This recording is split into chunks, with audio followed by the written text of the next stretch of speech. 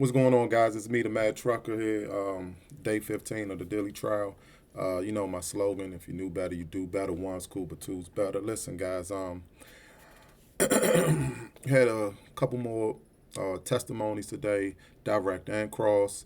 I think the most, or well, one important person who did receive immunity was the Diddy's CFO, chief financial operator, officer, whatever.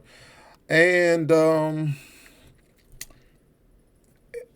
think two things. He gave good testimony. Not good testimony, but you could tell he wasn't there to throw Diddy under the bus. Good or bad, however that be. Um, he testified that he didn't. They asked him a question as far as why, what do you think of Diddy? He said he didn't know how to answer that question. And that's, I'm getting into the reason why I say that. Like, he could have easily said, I think he's a horrible person. Some of the things that I've witnessed, or some of the things that I know of, or whatever, caused me to believe that way of him being a bad person. So that's going to be important. The reason why I say that is because, number one, Cassie doesn't hate him. Number two, this guy doesn't hate him. And you have to keep that in mind. Now, he's not a victim. Of course, they will say, victims, all of this mind manipulation and things like that, which could be true, but for the most part, we know it's not so much true when there's a ton of money involved. Anyway, with that being said, they tried to separate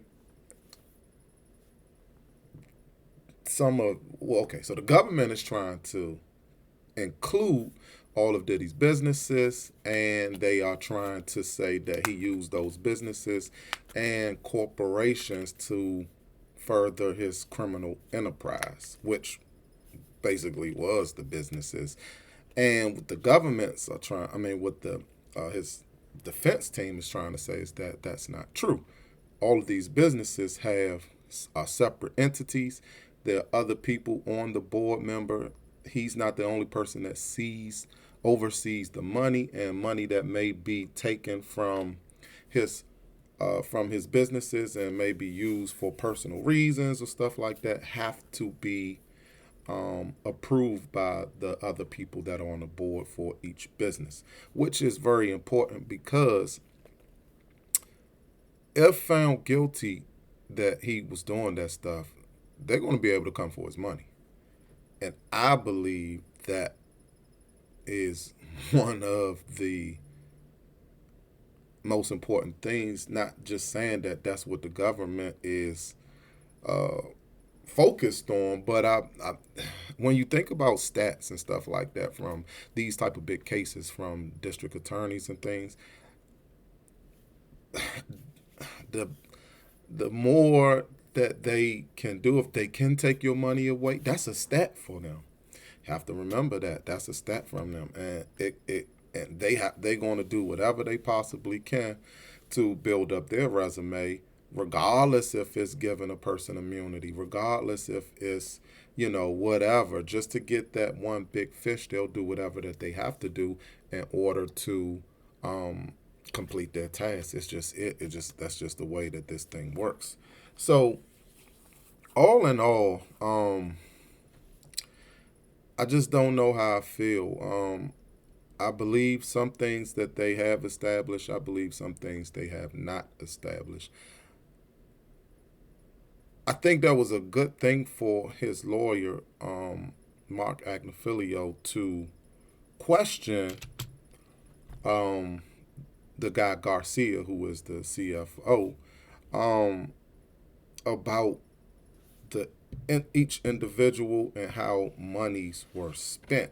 Because now, right, if we don't have all of these people and they're saying that, well, no, Diddy was just on the board, You had other people who had to sign off on him being able to spend certain money. Let's say he took some of that money and spent it on a freak off, because that's basically what they're saying. He spent it on a freak off. He spent some of that money that was coming from companies. He spent it on freak offs. He spent it on drugs and things like that, and he spent it to do crimes. Like, let's just say he spent it to pay off the people at the hotel. He spent it to pay off or pay to, let's say they trying to say the stuff with Kid Cudi, those type of crimes and stuff. If he's using money from his businesses to pay for that, and that's where we're getting this RICO criminal running a criminal organization coming from. So if they can establish that that is separate, no, he's people are approving him to use this money, then and only then it basically, to me, it established that it's not a criminal organization, and the things that they are doing. One little key thing, because the prosecutor asked the guy Garcia who were the people on the board, and it was Diddy and it was some other people, and she left it like that as far as who make the decisions with the money, and that was, I believe, Revolt Films. And they were basically trying to tie that into Diddy, basically saying that not giving that girl her show, or taking that show from her, showing the force of power, trying to control her, the girl Mia. Not giving that show, trying to use that show to dangle and use that as force to keep her in contract and control, to keep doing his criminal thoughts. That's what the government is saying, of course. And it's the Mark Agnifilio comes back and asks Mr. Garcia, like, hey, who, he basically asked him, like, how does that stuff get, or who makes the decisions? Who, he asked him, okay, let's just say like this. He asked him, has he ever seen Diddy do any type of crime or sexual type of things? He said no. Has he ever seen him do, he asked him several different things. Basically, all those different things he was asking him, have he ever seen anything done criminal? The guy said no. So on the cross, on recross or redirect, the state, the lady came back, the prosecutor, and asked him, has he ever been with Mr. Combs in a hotel? Basically saying, have you ever even been in a hotel? How could you see any of this stuff if it was going in hotels and all going on his personal? Have you ever been in him in his home? And he said no.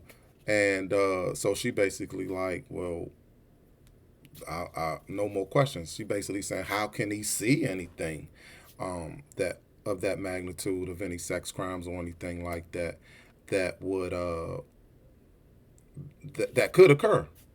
So on the recross, Mark Agnifilio came back and said, hey, on those times, would that be considered, did he be considered on the clock while he's at the hotel or while he's at his personal home? He said no. That's what, basically saying that would be considered his personal time. Why that is very important is because if he's doing that during his personal time, he's not doing that or using anything. It's basically separating him from the business. That's just what it is. If you're saying that he's, the money that he's able to take and funnel from the corporation and use for his own personal whatever he want to do, is being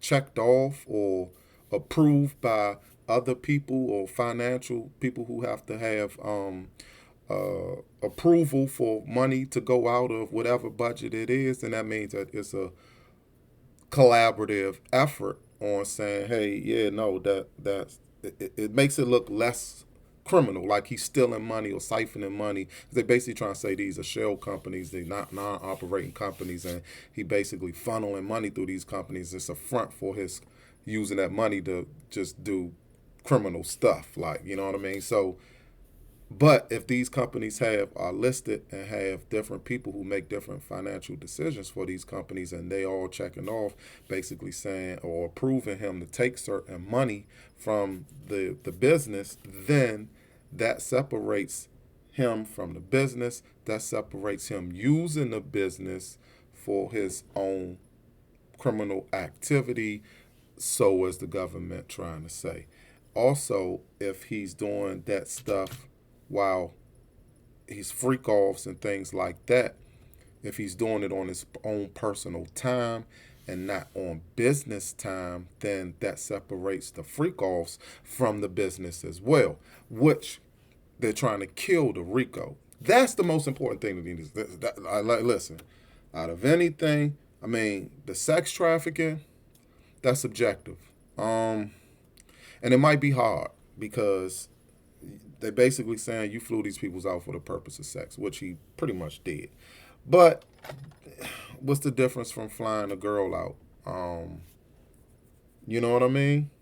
When Offset, and I hate to say it, but like Offset, when that thing flew out, you know what the purposes of getting flued out was for. So it's really subjective, and it's how you want to look at it, and it's like really trying to having a real thin line between that. Anyway, you had that, and then you had the guy testify from the hotel, the officer who testified that basically Diddy paid him $100,000 to get the tape of Cassie, well, to destroy it and not destroy that tape, but he wanted a copy, and then he wanted everybody's IDs, and that don't look so good because they're going to try to say that he's obstructing justice, but he did that before he even knew that he was under investigation. So then they're going to try to tie that into, him using the force of power. So, I mean, who knows? That is a crime, but after he beat her like that, that's a crime. So that could go into like tampering with evidence. Just could, because it was a crime. So I don't know. Like, I still think that Diddy should dive. I really do. I still think he should take a dive.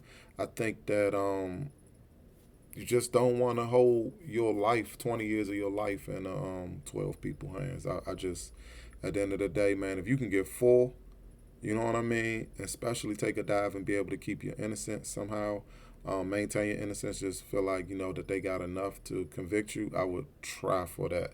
And especially if you can keep your money, because if they're able to take his money, because you got to think after this, I mean, they bought up the Diageo and all of that stuff. Like, let's just say, because there are a lot of people talking about the conspiracy theory that Diageo had something to do with this, that, and the third, which still could be true. If they did that, it's mission accomplished for them. Because he's ruined after this. What brand deal would you get after this? Ain't no more liquor. They ain't gonna be able to sell it. Your name is your name is garbage at this point.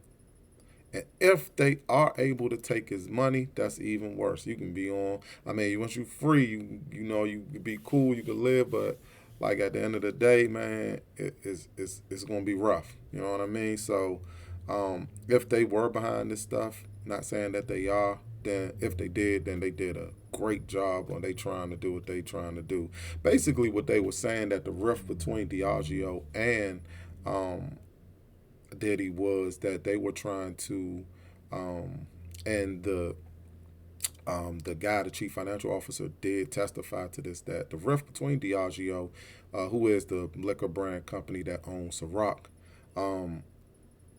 that the rift between them and Diddy was that he was basically saying, hey, listen, I want to market this in different places, and they only wanted to market it in urban communities. Urban meaning basically black, basically meaning Hispanic, basically non-white communities, pretty much, allegedly.